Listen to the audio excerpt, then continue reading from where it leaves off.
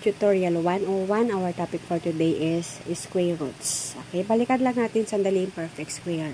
Kapag sinabing perfect square, ito po yung sagot kapag minultiply natin ang isang number sa kanyang sarili. Ang square root naman po ay yung number na minultiply mo sa kanyang sarili para makuha yung perfect square. Example, 1. 1 is a perfect square. Paano nakuha si 1? That is 1 times 1. Kaya, ang square root ni 1 ay 1.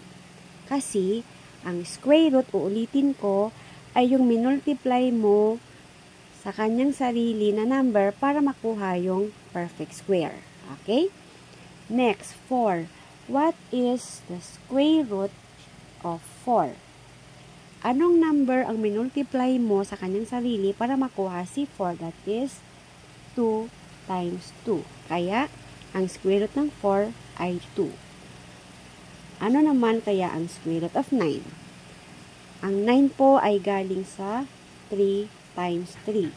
Kaya, ang square root ng 9 ay 3. Ang square root naman po ng 16 ay 4. Dahil ang 16 ay galing sa 4 times 4. Nakuha po?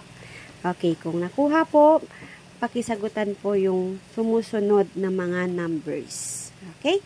Kunin nyo po yung square root ng mga sumusunod na mga perfect square. Okay?